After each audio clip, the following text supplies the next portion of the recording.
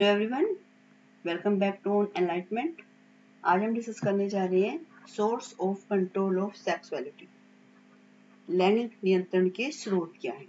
ये जो आपका जेंडर स्कूल एंड सोसाइटी वाला पेपर है उसी में ये टॉपिक है और ये टॉपिक आपका बीएड का जो करिकुलम है उसका उसका टॉपिक है ये, और केवीएस सीटेट यूपीटेट के एग्जाम के लिए भी ये इम्पोर्टेंट टॉपिक है आपका। और इससे पहले भी इससे रिलेटेड बहुत सारी वीडियो जो है वो अपलोडेड हैं, आप प्लेलिस्ट में जाकर उन वीडियोस को देख सकते हैं। तो मैं डॉक्टर अनीता आज डिस्कस करूंगी आपसे sources of control of sexuality. जैसे कि हम जानते हैं कि कई प्रकार के जो सोशल इंस्टीट्यूशंस होते हैं, ये सोशल इंस्टीट्यूशन सेक्सुअल रिलेशनशिप को कंट्रोल करते हैं, उसमें हेल्प करते हैं। और जो ये इंस्टीट्यूशन है ये एक स्पेसिफिक पॉइंट ऑफ व्यू या फिर एक स्टैंडर्ड कह सकते हैं उसको, कि ये इस प्रोवाइड कराती हैं। और जो सेक्सुअल अर्ग्स हैं उनके लिए सेल्फ कंट्रोल का बेस भी बनते हैं। तो जो ये इंस्टीट्यूशंस हैं, इन इंस्टीट्यूशंस का रोल बहुत इम्पोर्टेंट रोल है हमारी लाइफ में। और ये एक तरह से नॉन फॉर्मल कंट्रोल का बेस बन जाती हैं, जैसे कि फियर ऑफ पनिशमेंट या फिर अपनी फैमिली के लिए ओबीडेंस होना, लॉयल होना। तो इस तरह से जो ये आधार बनते हैं सेक्सुअलिटी के कंट्रोल के लिए। तो देखते हैं कि ये कौन कौन से ऐसे साधन है, कौन कौन से ऐसी संस्थाएं हैं, कौन कौन से रिसोर्सेज हैं जो कि सेक्सुअलिटी को कंट्रोल करती हैं। सबसे पहले है इसमें रिलीजन, दूसरा है फैमिली। फैमिली और रिलीजन दोनों ही बहुत इंपॉर्टेंट हैं जो कि इसको कंट्रोल करते हैं कि एक बिहेवियर को सेट करते हैं कि सोसाइटी में हमें किस बिहेवियर को करना है, किस बिहेवियर को नहीं करना है। तो देखते हैं रिलीजन किस तरह से हेल्पफुल है इसको कंट्रोल करने के लिए। All religion are important to productivity role of sex. All of them support reproductive activities and the activities that encourage family.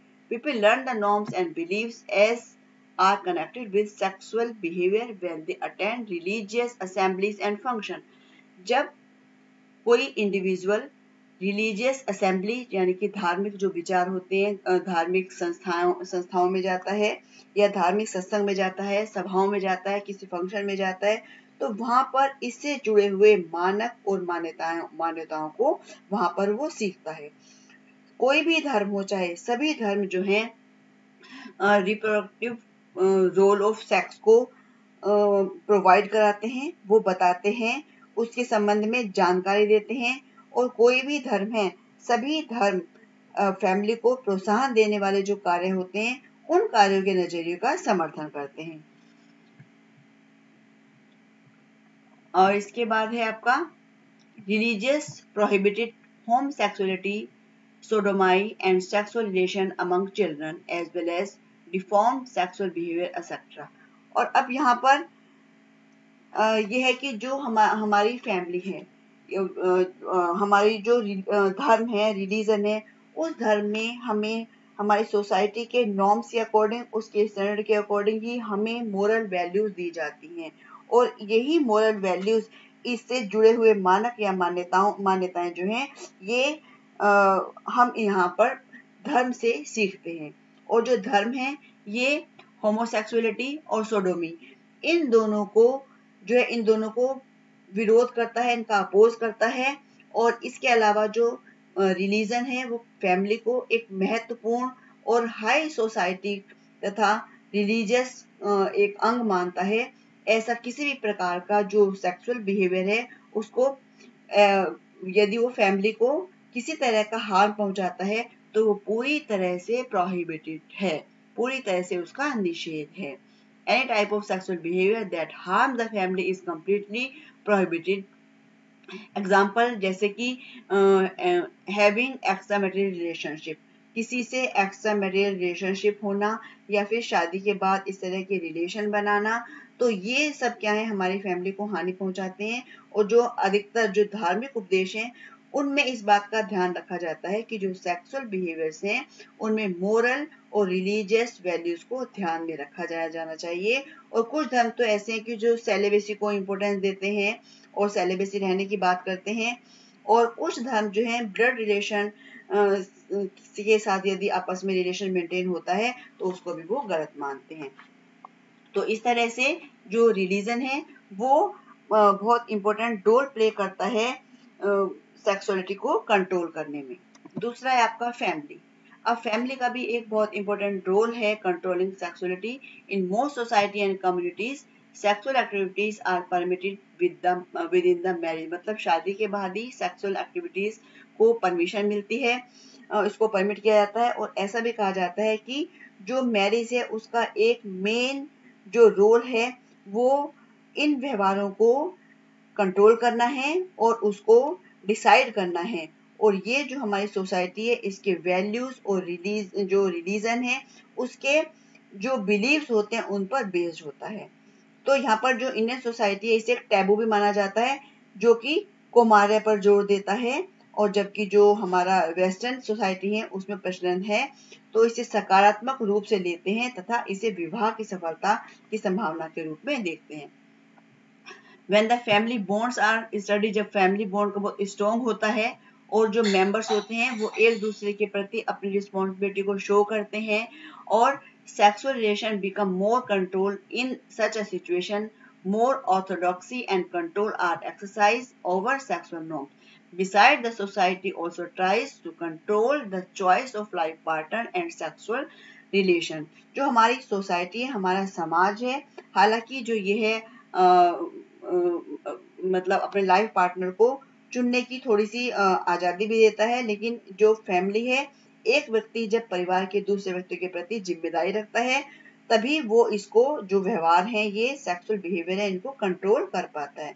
इस तरह से जो हमारी सोसाइटी जो भी बात की गई है कि सोसाइटी में जीवन साथी को जो हमारा लाइफ पार्टनर है उसको चुनाव करने का जो नियंत्रित करके और जो सेक्सुअल बिहेवियर है उनको भी कंट्रोल करने का प्रयास करता है, और ऐसा उन देशों में पाया जाता है जहां पर कि अरेंज मैरिज की ज्यादा प्रचलन होता है। अब ये तो हो गया कि फैमिली और जो रिलीजन है वो किस तरह से सेक्सुअल कंट्रोल किस तरह से किया जाता है। अब देखते हैं कि डायरेक्शन क्या है, यानी कि लैंगिकता पर नियंत्रण करने की दिशा क्या है। We have seen that generally families and relations control sexual behavior. Now we shall see that there are certain norms. अब यहाँ पर हम ये देखेंगे कि कौन कौन से ऐसे मानक हैं, कौन कौन से ऐसे कार्य हैं जो कि इनको नियंत्रित करते हैं। हर सोसाइटी में इन व्यवहार को एक सामान्य अर्थ दिया जाता है, जैसे ऐसे विश्वास या मानक होते हैं, हमारे स्टैंडर्ड होते हैं, बिलीव होते हैं जो कि प्रॉपर या इम्प्रॉपर, सही है या गलत है, उनके लैंगिक व्यवहारों को रेखांकित करते हैं और जीवन साथी के चयन के बारे में बताते हैं। ये प्रॉपर और improper sexual activities are also visible in the choice about life partner.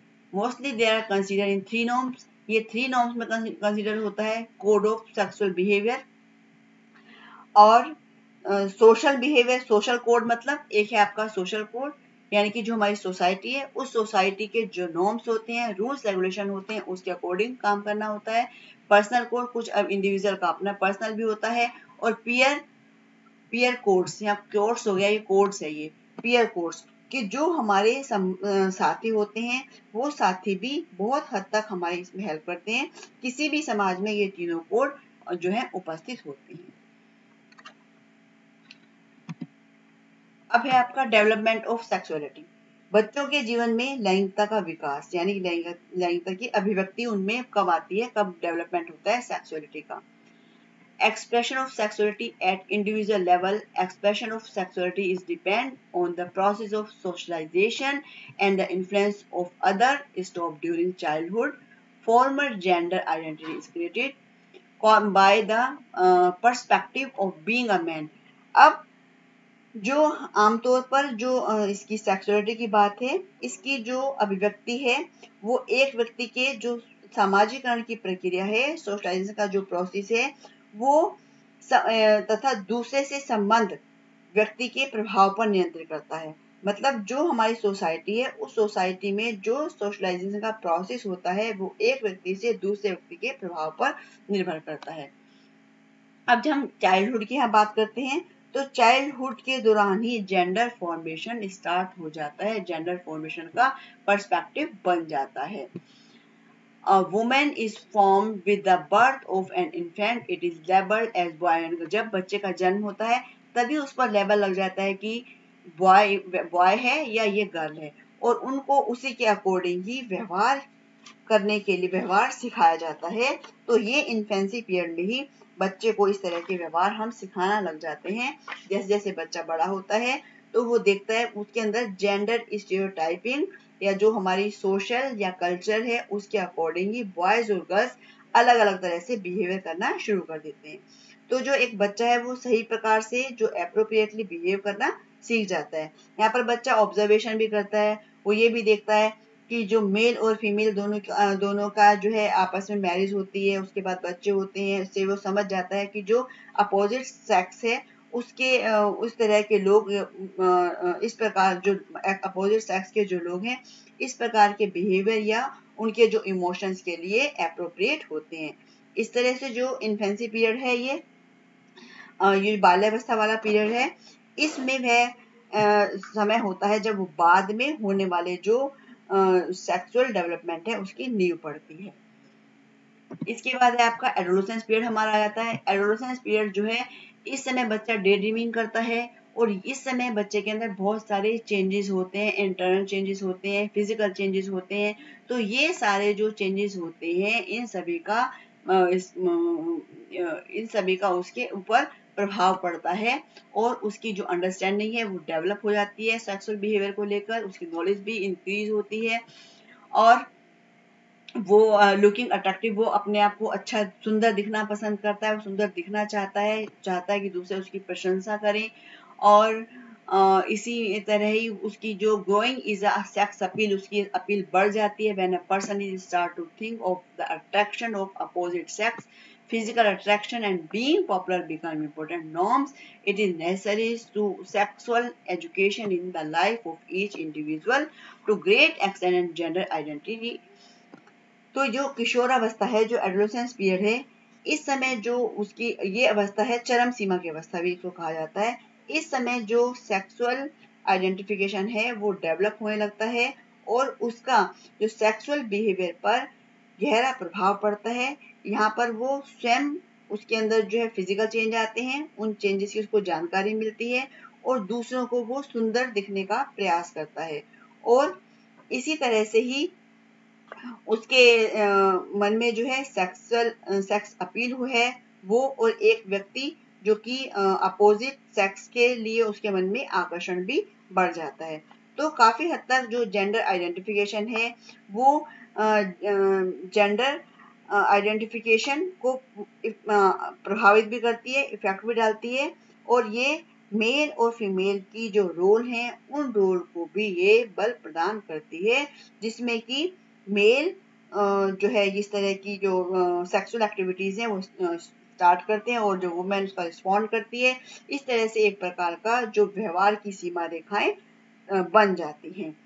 तो इस तरह से इस अवस्था में जो है एडोलेसेंस पीरियड में जो संगी साथी होते हैं उन संगी साथी के का जो प्रभाव होता है वो केंद्र में होता है, वो सेंटर में होता है। इसका कारण ये भी है कि जो पेरेंट्स हैं जो पेरेंट्स हैं वो बच्चों को इस बारे में जो है बहुत ज्यादा ज्ञान नहीं देते हैं, उनको लिमिटेड ही नॉलेज देते हैं और इसलिए वो संगी साथी जो उनके पीयर ग्रुप होता है वो पीयर ग्रुप से उनको ये वाली इंफॉर्मेशन सहायता से उपलब्ध हो जाती है, उनके लिए एक ऑप्शन होता है। इसके अतिरिक्त एक व्यक्ति अपने संगी साथी जो उसका पीयर ग्रुप है उसमें ही अपने आकर्षण और आकर्षित उनको देखकर उनसे आकर्षित होता है या फिर उनके लिए आकर्षण का केंद्र बनना चाहता है, उनसे उनको फीडबैक मिलता है।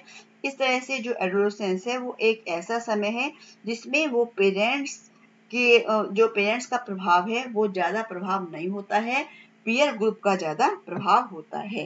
तो इस तरह से आज हमने जाना कि जो है सोर्स ऑफ कंट्रोल और सेक्सुअलिटी, इसके कौन कौन से सोर्स हैं, धर्म है, परिवार है और direction of control over sexuality ये क्या है, कौन सी किस दिशा की है, कौन से मानक है, किन मानक पर निर्धारित होती है। इसमें से आपको जो क्वेश्चन मिलेगा वो क्वेश्चन आपको इस तरह से मिलेगा, जेंडर तथा लैंगिकता की अवधारणा को स्पष्ट कीजिए। Right, about the concept of gender and sexuality. और ये क्वेश्चन बहुत इंपॉर्टेंट है आपका, मनुष्य के लैंगिक नियंत्रण के स्रोत कौन कौन से हैं। What are the sources of sexual control of man, explain the direction of development of sexuality in children. तो उम्मीद है आपको जो आने वाले अभी आपका एग्जाम है उसमें आपको क्वेश्चन मिले, ऐसी उम्मीद है। आपको ये वीडियो पसंद आती है लाइक कीजिए, शेयर कीजिए, और न्यू व्यूअर्स हैं तो सब्सक्राइब कीजिए। Thanks for watching.